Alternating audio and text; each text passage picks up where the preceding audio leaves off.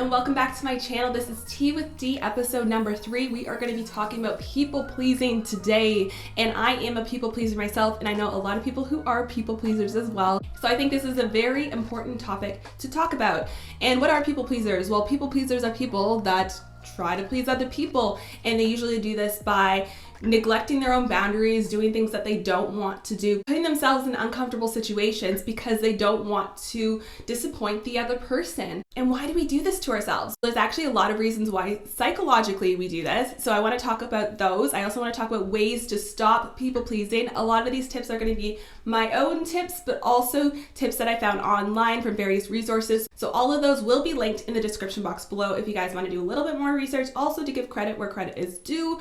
But yeah, let's get into it, guys, because I think this is something we all need to target in our lives and work better at, because it's not fair to not respect your own boundaries in your own life just for pleasing other people. I apologize if there's background noise right now. My air just went on, and yeah, if that's noticeable, I really apologize for that. But the only way I'm drinking tea in this climate is with air, guys, because it's been hot. All right, so let's get into it. So why are people pleasers? Well, often they're actually perfectionists as well. And I don't know about you guys, but I'm a perfectionist. So when I read this, I'm like, yes, this makes so much sense. So these are the kind of people that often rehearse what they're gonna say ahead of time. Like, I was reading this website just like feeling so called out, because I don't know about you guys, this is really embarrassing. So please tell me that you've also experienced this in the comments below, because if you don't, I'm gonna feel like a total idiot. But how many of you guys have shower fights? Has anyone ever had like an argument in the shower by themselves? Like imagining if someone like told you off, or what someone would say to something, like what would you say to them?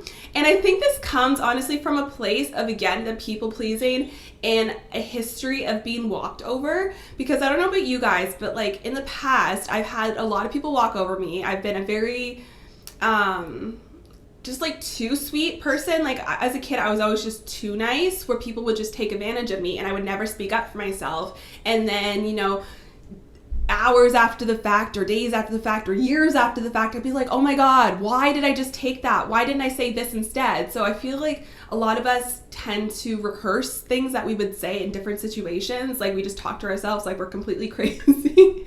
But it's obviously a normal thing. It's obviously a thing that people do because it's on the website. So I'm like, yes, I'm a perfectionist. I'm a people pleaser. I talk to myself. But people tend to obsess over details and things like that. So it makes sense that you would then bring that aspect, that personality trait, to your social life, I guess, the socialization aspect. So that makes a lot of sense. For many, it's actually an addiction, and it's also a validation gain from being a people pleaser that makes them feel like they're needed and useful. So I find this definitely makes a lot of sense for a lot of people, especially if you're someone who's had maybe social anxiety, or you haven't been treated well in the past. Getting that validation is definitely going to be addictive in a way. I can only imagine this. I feel like I kind of relate to this one too, and I feel like this probably is part of my problem as well, because as a kid I was bullied, and I think part of being a people pleaser is that validation that people like you. Like you want to be liked by everyone, if that makes any sense. I feel like this factor is definitely something that is probably more prominent in that more anxious attachment style type, if that makes any sense. I don't know if you guys have heard of these attachment types. I learned about them way back in psychology, and it really depends on like how you're treated as a child, your relationship with your parents. And I feel like people who have more of that anxious attachment, that have trouble like connecting with other people because they're nervous that they're not going to please them, or they're not going to be around, or things like that. I feel like this is definitely something that's probably connected to that as well, where you really feel like you need that validation. So I feel like it can apply to different people for different reasons, but definitely something that is one of the factors involved in people pleasing. Also, people that are higher in agreeableness, the trait agreeableness, and I don't know if you've heard about this, there's various different personality test quizzes that you can take, and this is one of the main ones I am completely blanking on what it's called right now. We definitely talked about it in school, but if you're high in this agreeableness trait, then you tend to be more prone to people pleasing. You just tend to be the kind of person who you want to agree with people. You don't like confrontation. You don't like to cause problems. That is definitely me. Like, I don't like to get in fights with people. Like, if I can diffuse a problem before there is one, then that is the best situation for me. Obviously, it's important to set your boundaries, because I feel like people who are people pleasers often get themselves into bad situations. Either you're doing something you're uncomfortable with. This could be like peer pressure type stuff too. Oftentimes you do things that are disrespectful for your own time, like you put other people and other people's time before yours, and that's not fair either. Oftentimes you don't speak your mind and you don't say your true feelings, and you suppress things because you're worried about upsetting or insulting other people. So you just like put up with it. You put up with like a fake smile, a fake front, even though that's not how you really feel. A lot of people pleasers will often take crap in relationships too, because they don't want to disappoint their partner, they don't want to make them upset, that kind of thing. That can definitely become dangerous if you are in a abusive relationship, which obviously is not just people pleasing. There's other psychological things going on there. But people pleasing can definitely escalate to different things. It can escalate to people in the world who know you're a people pleaser and take advantage of that, because there definitely are those personality types that think, oh, well, so-and-so's a pushover, they'll do whatever I ask, or, you know what I mean, things like that. So it's very important to learn that you're a people pleaser if you are, and be able to address that and work on that, because there are people in this world that will take advantage of you.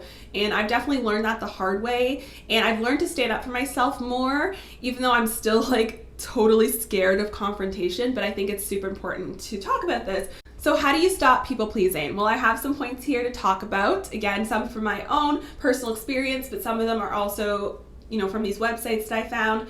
So my personal opinion is to spend more time on yourself and by yourself. I think it's easier to work up the guts to not people please if you have that strong foundation, that strong confidence. Obviously you do need to practice it in real life, but I think it's very important to spend that time by yourself. When I was really young, like when I was a kid and preteen, teenager, I definitely was very like most teenagers are, I felt like I had to be around people all the time, you know? You felt like there was something wrong with you if you didn't have plans every day, or you didn't have plans every weekend or something like that. You felt like you always needed to be around people. And I think that's where a lot of us go wrong, because you don't really get to know yourself and really grow until you're alone and you spend time reflecting.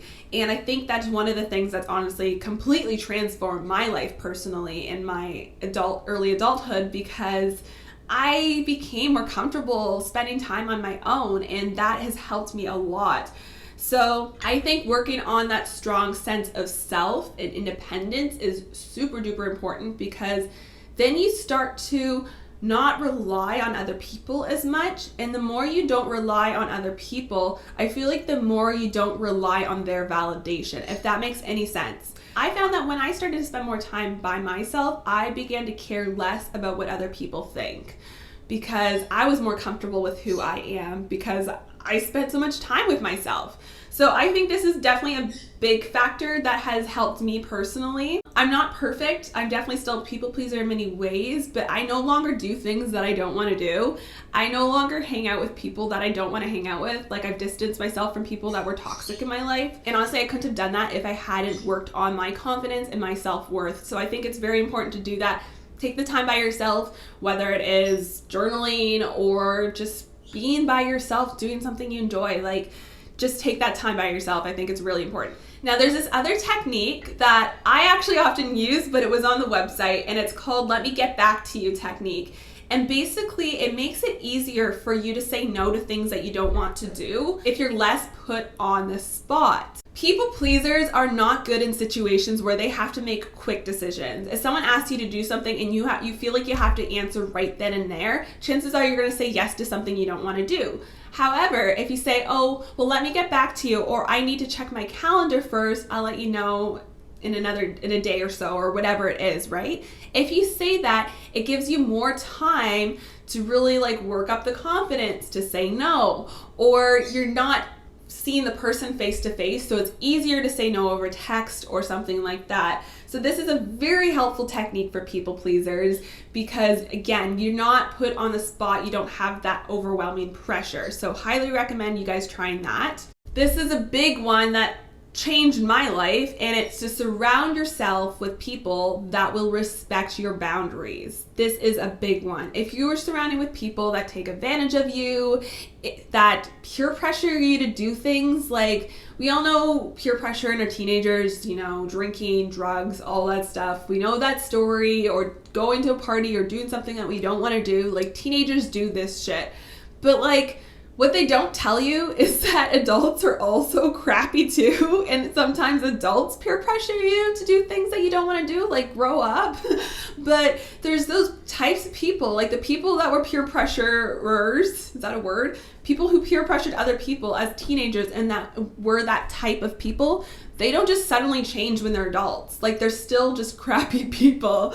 So surround yourself with people that aren't gonna do that to you. And those people are also gonna help you set boundaries for people that you might feel like you need to people please. And usually those are other like acquaintances and stuff. If they're not your immediate friends, there's going to be people that you still feel pressure to say yes to, but like maybe your friends can help you because they're actually people that respect boundaries. So this was an interesting point from one of the websites below, and it said to rewrite your stories. And basically this gives you a little bit of extra confidence. Okay, so here's an example. I'm going to read to you guys. I go to a local gym class. One day in class, the teacher decided we were all going to run the mile, a competition for time to kick off the class. I have terrible memories of running the mile. I was really overweight as a child and teenager and remember having terrible social anxiety and hyperventilating during weekly run the mile PE classes. I should have said no thanks, but instead, as a recovering people pleaser, I waited my turn for a treadmill. As I waited, I had all kinds of negative internal banter. I was berating myself for being anxious. I actually can run the mile now and do it regularly, but the timing and public competition aspect was super triggering. It was my turn. Not 1 minute in, and I was beginning to get really worked up. I started to feel a panic attack coming on. I stepped off the treadmill, and my well-meaning teacher came over to encourage me. She actually pushed my pace button faster without my permission. I freaked out, but I didn't say no. Still, I didn't say no. I finished the mile and burst into tears. My teacher was baffled. I was worked up and blubbered. I hate this so much, and ran to the bathroom. I'm not going to read everything because it gets a little bit long. Okay, so now rewriting her story. Basically what she's doing is almost kind of bringing closure to the situation in a way. So number one, I should have said no. I didn't because I had an old story about running the mile that was from a long, long time ago. In elementary school, we literally had to run the mile. I tried many times to get out of it, but this wasn't an option. Even though as an adult, I could have easily have said no, I didn't because my old story was still running my current story. Number two, as soon as class was over and I calmed down, I began to write my story about the mile. I started to time myself on mile runs. I invested a trusted friend on a friendly mile run. We timed ourselves. I began to rewrite this as a healthy competition. So they took that, they learned from it, and they decided to do something about it. They decided to improve on it in their own time. And then number three, my teacher, she was doing her job, and actually after calming down, I realized I yelled in her face, I hate this so much, and I was super embarrassed. If I had said no in the first place, I wouldn't have had that response. For weeks, I agonized about apologizing to her for my outburst. Finally, one fearful day, I approached her and apologized, and they basically said the apology. So she kind of found closure in that way. But the teacher didn't even really remember it, so this person realized, oh, like I've been ruminating over this in my head, but you know, the person didn't even really remember it. So basically the points here they're saying is when rewriting your story, try to think of the reality, the truth, the emotions, the positive, and the underlying growth. Did you learn something? How did you benefit? What value did you offer others? How did this experience change you for the better? So basically that's what you're gonna do. You're gonna take your story, and instead of like getting down on yourself and be like, oh, I'm such a people pleaser, I'm never gonna learn from this, I'm never gonna change, what am I gonna do? Like, I feel like a lot of people pleasers just get angry at themselves, but instead of approaching it like that, approach it like, what did you learn from the situation? What can you take from it? How did you benefit? What value do you offer to others? Blah, blah, blah, blah. if you rewrite your story in that way, I think it's really helpful. And that's how I've honestly approached a lot of situations in my life, not just people pleasing, but anything that I've regretted from my past. I realize that I've learned things from it, and we make mistakes so that we can learn things and we can grow as people. And it's not going to help you to regret things. There's literally no point of regret, because regret is just a ruminating emotion that's just going to make you feel bad and defeated. Whereas if you take something from the past and decide, okay, this was a lesson, I am better because of it, then it makes you feel more empowered, and it's going to make you feel more empowered to make better decisions for yourself in the future. So I definitely think that's a really good tip that they gave. Another big one, and oh my God, guys, when I was reading this, I'm like, again, this is so me, and not so much anymore, but I used to do this all the time in like elementary school, is don't apologize for everything. A lot of people pleasers do this. Again, like, we want to please people, we want to make other people happy. We tend to apologize for things that we don't have to apologize for. And like, a lot of the time, it's again because we don't respect our own boundaries. So, for example, like, there's nothing wrong with prioritizing. So if you can't do something for someone or you're busy, you don't have to apologize for everything. Like, you have to prioritize your own time. You can't give all your time to all these people all the time. So, for example, don't apologize for not wanting to hang out with people that are toxic in your life. Because one, they're toxic in your life, but two, what did you gain from saying no to those people? Well, you had extra time to do more healthy things, like hang out with people that are actually good for you, like, I don't know, working on something that you really like to work on, like a passion or a project or something. It's really important to respect your own time and don't apologize for that, because if you constantly apologize, if you're constantly people pleasing, those other people are never going to respect you. They're never going to respect your time. They're going to think they can always take advantage of you. So it's really important to set those boundaries, and don't say sorry all the time for everything. Like, there's certain things you can say sorry for, but obviously don't apologize for everything if it's not something that you need to apologize for. And I think when it came down to, when I realized I was doing this, I was able to change it more. So I think it's becoming very self-aware. That's super, super important. Once I started to like realize when I was saying sorry, I'm like, why did I say sorry there? And I kind of like, okay, like, let's try not doing that next time. Once I became conscious of it, that's when I stopped doing it. So I think, yeah, be very self-aware, really understand why you do the things you do, why you say the things you do, and I think it's really going to help you a lot. Another big point and a big lesson from all of this is, honestly, I learned, and I'm still learning, again, guys, I'm not perfect, but I definitely learned that it is not my responsibility to keep everybody happy. Some people are going to be unhappy. Some people are going to be assholes. Some people just suck. But it's not my job to please them. It's like customer service too. I had so many clients when I worked at Sephora, like really good ones too, but so many really awful ones that treated me like crap, like no respect. I had a woman just full on freak out at me and yell at me for no reason. Like, I've been so disrespected. If any of you have worked in retail, I'm sure you guys have experienced this. And I feel like we're conditioned, especially in retail jobs, to constantly please the other person, you know, like you have to please your clients, your customers, because it's important that the store makes money. You have to like make everybody happy, blah, blah, blah, blah. Retail is probably one of the worst places for a people pleaser for that reason, honestly. But it's not your responsibility to make everyone happy. And I had to learn this the hard way, because I tried my darn hardest to make these miserable people happy. But they were miserable the moment they walked in the store. They were probably miserable way before that, because they're just miserable people. It's not your job to make them happy.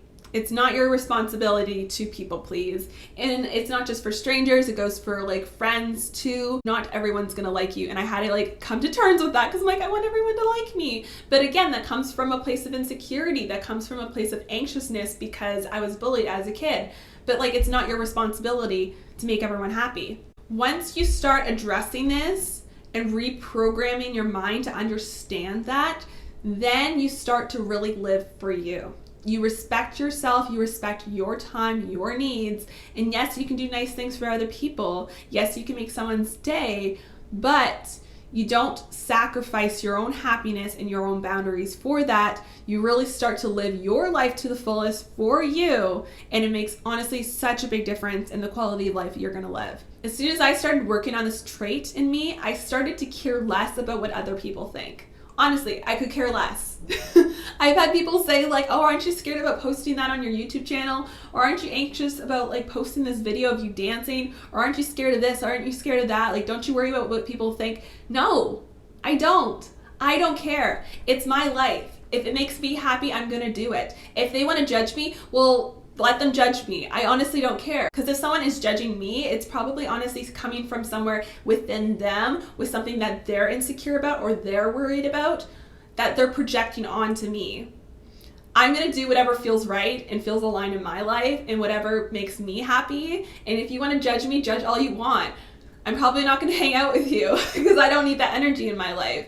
So I think it's really important to target this, and I think these points will definitely help you if you put them into practice and you really start being really conscious of what you're doing when you're doing it. So I think that is about it, guys. That was my last point that I was going to mention in this video because I don't want it to be too long, but like I said, there will be more resources in the description box below. So if you feel like you want to read more about this, learn more about this, I highly recommend doing that. And if this is a big part of your life, like you're really struggling with the people pleasing, I highly recommend maybe starting a journal for this where you can kind of journal different scenarios, how you might, approach the situation differently in the future, what you've learned from the situation, things like that, because I feel like it would definitely help you develop this whole skill of, not people pleasing as much.